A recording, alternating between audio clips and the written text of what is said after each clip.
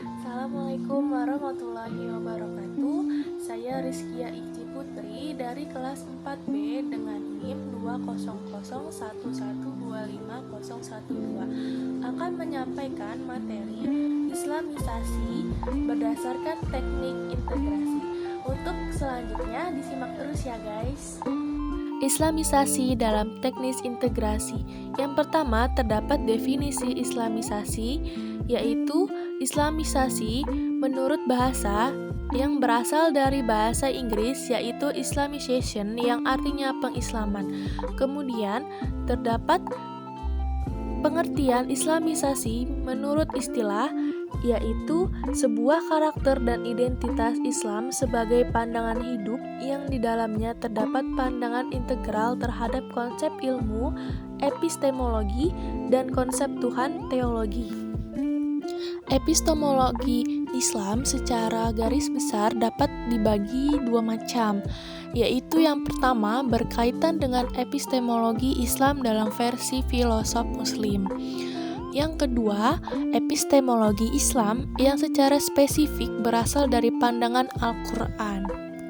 Yang kedua, terdapat integrasi.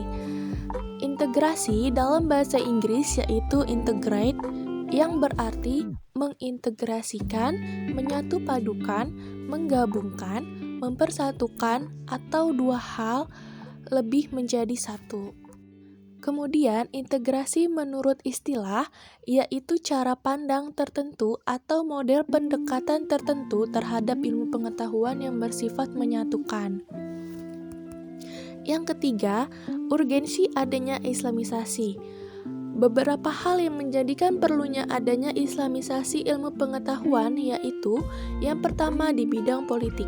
Umat Islam terpecah-pecah karena kekuatan Barat telah berhasil memecah belah umat Islam dan yang berdiri sendiri bahkan saling bertentangan antara satu dengan yang lainnya.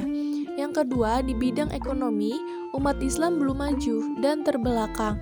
Mayoritas anggotanya adalah orang-orang yang buta huruf, produksi yang masih jauh di bawah kebutuhan sehingga harus impor, kekayaan minyak yang berada di negara-negara Islam tidak bisa mesejahterakan rakyat. Lalu yang ketiga, terdapat di bidang kultural. Kemerosotan kaum muslimin telah menyebabkan berkembangnya buta huruf, kebodohan, dan tahayul. Masyarakat muslim melihat kemajuan barat sebagai sesuatu yang mengagumkan. Sebagian kaum muslimin tergoda oleh kemajuan barat dan berusaha melakukan reformasi dengan jalan westernisasi.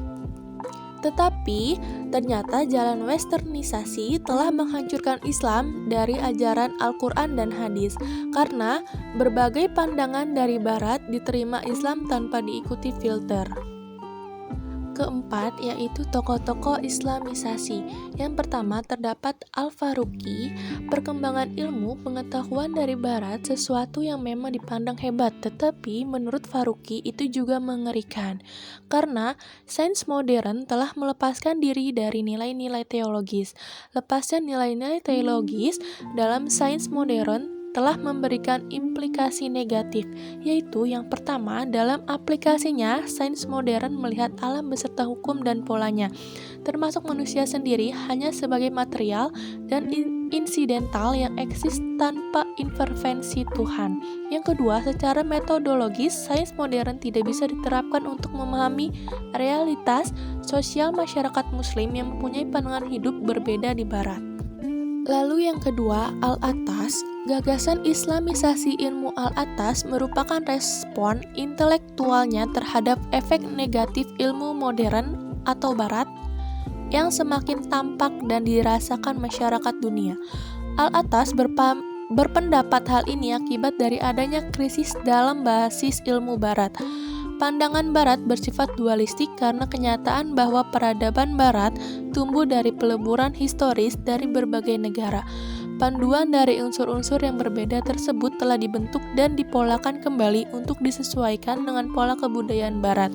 Dan Al-Atas meyakini umat Islam akan terbebas dari berbagai kesalahan nilai yang berasal dari sekularisasi pengetahuan Barat tersebut hanya dengan proses Islamisasi ilmu pengetahuan dan teknologi.